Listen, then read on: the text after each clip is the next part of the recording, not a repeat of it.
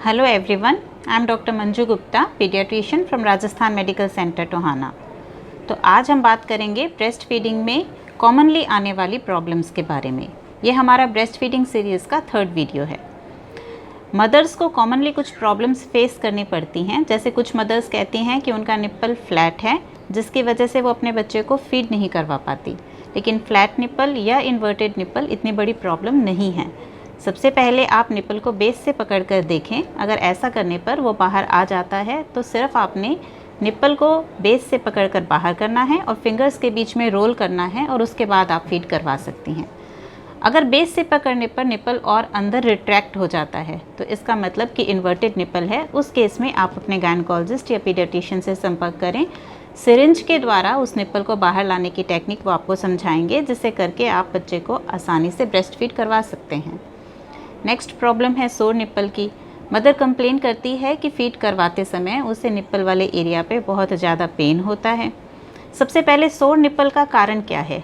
Frequent washing करना, बच्चे को प्रॉपर पोजीशन या प्रॉपर अटैचमेंट से फीड नहीं करवाना, और इसके अलावा फंगल इन्फेक्शन अगर हो तो भी निप्पल वाला एरिया रेड और सोर हो सकता है।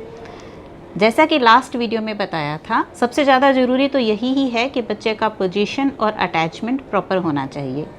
उसके बाद में आप बहुत फ्रीक्वेंटली निप्पल को क्लीन नहीं करें।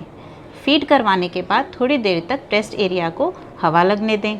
उसके बाद में जो हाइंड मिल्क होता है, जो आखिर में दूध आता है, उसी को आप निप्पल पे अप्लाई करके कुछ देर के लिए सूखने दें। नेक्स्ट चीज़ है कि जब आप बच्चे को फीड करवाने के बाद फीड छुड़वाते हैं तो उसे खींच करके फीड को ना छुड़वाएं, बल्कि एक उंगली उसके मुंह में साइड से डालें और स्वाइप करके उसका सक्शन पहले तोड़ें, और ताकि बच्चा आसानी से ब्रेस्ट को छोड़ दे। अगर आप ब्रेस्ट पे फीड करवाते हुए बच्चे का मुंह एकदम से हटा देंगी तो सक्शन की वजह से निप्पल एरिया पे इंजरी हो जाती है, और अगर कोई फंगल इन्फेक्शन है तो फिर एंटी फंगल क्रीम लगाने से सोर निप्पल को ठीक किया जा सकता है। 3rd है एनगोज्ड ब्रेस्ट की कंप्लेन। मदर कंप्लेन कर रही है कि ब्रेस्ट बहुत ज़्यादा हार्ड है, स्वॉलन है और पेनफुल है, और दूध ठीक से उतरता नहीं है। इसका मतलब ब्रेस्ट में मिल्क का प्रोडक्शन ज़्यादा है और बच्चा उतना फीड ले नहीं पा रहा, इसलिए ब्रेस्ट एनगोज्ड हो गई है। तो इसके लिए क्या करना है? इसके लिए वार्म कंप्रेसेस, यानी कि गीले गरम हैंकी को या टॉवल को आप ब्रेस्ट पे अप्लाई करें। बच्चे को फीडिंग फ्रीक्वेंटली करवाएं, टाइम से पहले उससे फीड छुड़वाएं नहीं। और इसके अलावा अगर बहुत ही ज़्यादा एनगोज्ड ब्रेस्ट है तो आप मैनुअली भी मिल्क को एक्सप्रेस करके निकाल सकती हैं, और उसके बाद जब फीड करवाएंगे तो ईजिली बच्चा फीड ले पाएगा। कई बार ब्रेस्ट पे एब्सेस बन जाती है, उस केस में मदर को फीवर भी आने लगता है। ब्रेस्ट में टेंडरनेस रहेगी, फीवर आएगा और पेन होगा। अगर ब्रेस्ट एब्सेस के कोई लक्षण नज़र आते हैं तो तुरंत अपने गायनेकोलॉजिस्ट से आप संपर्क करें। इसी तरह कई बार मदर की कंप्लेंट होती है कि बच्चा दूध पकड़ता नहीं है, और ये बिल्कुल जेन्युइन कंप्लेन है कि बच्चा फीड की तरफ अट्रैक्ट नहीं हो रहा, बच्चा फीड ले नहीं रहा। तो क्या कारण हो सकते हैं? सबसे पहला कारण होता है कि बहुत सारे केयर गिवर्स हैं। बच्चे को बहुत सारे लोग हैं जो संभाल रहे हैं, और बच्चे को मदर की हैबिट नहीं है। जितना हो सके एक न्यूबॉर्न बेबी को माँ के साथ सेम कॉट में रखना चाहिए, और जब बच्चा मदर की स्मेल को रिकॉग्नाइज करने लगता है तो उसकी ब्रेस्ट फीडिंग लेने के चांसेस भी बढ़ जाते हैं। फिर आप ये देखो, बच्चा सिक तो नहीं है, बच्चे को खुद को कोई पेनफुल कंडीशन तो नहीं है, माउथ के अंदर ओरल थ्रश तो नहीं है, जैसा सफ़ेद दूध का जमाव होता है उस तरह के कोई दाने बच्चे के मुंह के अंदर तो नहीं है जिसकी वजह से वो दूध नहीं ले पा रहा। अगर ऐसा है तो आप अपने पीडियाट्रिशियन से संपर्क करेंगे। कई बार दूध देते समय बच्चे का हेड हम बहुत ज़ोर से पकड़ लेते हैं। अगर हेड पे प्रेशर फील हो रहा है तब भी बच्चा ठीक से दूध नहीं ले पाता। कई बार मदर बच्चे को दूध पिलाते हुए बहुत ज़्यादा शेक करती है, हिलाती रहती है कि वो तुरंत दूध के लग जाए, लेकिन ऐसा करना कई बार काउंटर प्रोडक्टिव होता है, बच्चा फिर दूध नहीं ले पाता है। या फिर बच्चा सिडेटेड तो नहीं है, मदर कोई ऐसी दवाई तो नहीं ले रही जिसकी वजह से बच्चा सुस्त है। डिलीवरी के टाइम पर दिए गए कई बार पेन किलर्स की वजह से बच्चा सिडेटेड होता है फॉर नेक्स्ट 1 और 2 डेज़, तो वो कंडीशन तो नहीं है, वो भी हमें रूल आउट करनी है। उसके बाद ये देखना है कि हम बीच बीच में उसे पैसिफायर या दूसरा बॉटल फीडिंग तो नहीं करवा रहे हैं।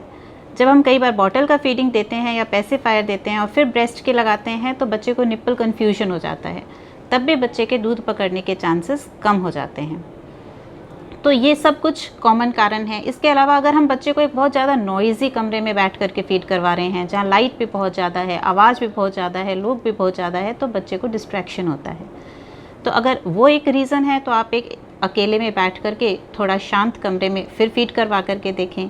तो ये कुछ कॉमन सी कंडीशंस हैं जिसकी वजह से बच्चा कई बार दूध नहीं पकड़ता है। और प्रॉपर पोजीशन और प्रॉपर अटैचमेंट, जैसा कि लास्ट वीडियो में बताया था, वो सबसे ज़्यादा इम्पोर्टेंट है। उसके बाद मदर्स की कॉमनली कंप्लेन होती है कि मेरा दूध बच्चे के लिए पूरा नहीं है। फर्स्ट तो दूध पूरा है या नहीं ये पता करने के लिए जो कुछ पॉइंट्स थे वो हमने लास्ट वीडियो में डिस्कस किए थे। अब अगर फिर भी लगता है कि माँ का दूध बच्चे के लिए कम पड़ रहा है तो उसके क्या कारण हो सकते हैं? कोई ऐसी पेनफुल ब्रेस्ट की कंडीशन तो नहीं है। इस दूध को बढ़ाने के लिए हम क्या कर सकते हैं? इसको बढ़ाने के लिए मदर जितना हो सके डिलीवरी के जल्दी से जल्दी माँ के ब्रेस्ट पे बच्चे को लगाया जाए। उसके बाद फ्रीक्वेंट ब्रेस्ट फीडिंग करवाई जाए। जितना ज़्यादा आप ब्रेस्ट फीडिंग करवाएंगे उतना ज़्यादा ऑक्सीटोसिन हार्मोन रिलीज़ होगा और उतना ज़्यादा मिल्क का प्रोडक्शन होगा। फिर कुछ दूध का प्रोडक्शन बढ़ाने के लिए कुछ मेडिसिन्स भी लास्ट रिजॉर्ट की तरह दी जा सकती हैं, जो कि आपके गायनेकोलॉजिस्ट प्रिस्क्राइब करेंगे। फीड अच्छा उतरे इसके लिए बहुत ज़रूरी है कि मदर का वाटर का और लिक्विड का इनटेक काफ़ी अच्छा होना चाहिए। अक्सर पोस्ट डिलीवरी पीरियड में एक जनरल धारणा है कि माँ को पानी कम देना है, नहीं तो पेट बड़ा हो जाएगा। ऐसा कुछ भी नहीं है। माँ जितना लिक्विड का इनटेक लेगी, माँ का दूध उतना ज़्यादा उतरेगा। पूरे फैमिली का एक सपोर्टिव बिहेवियर होना बहुत ज़रूरी है। अगर माँ बहुत ज़्यादा स्ट्रेस में रहेगी कि मेरा दूध कम है, तब ऑटोमेटिक दूध का प्रोडक्शन कम हो जाता है। तो उसे एक पॉजिटिव फीडबैक की ज़रूरत है कि नहीं, your milk will be sufficient.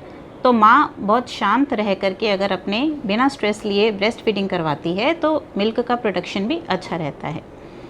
तो ये वो कुछ कंडीशंस हुई जिनके बारे में हमने डिस्कस किया।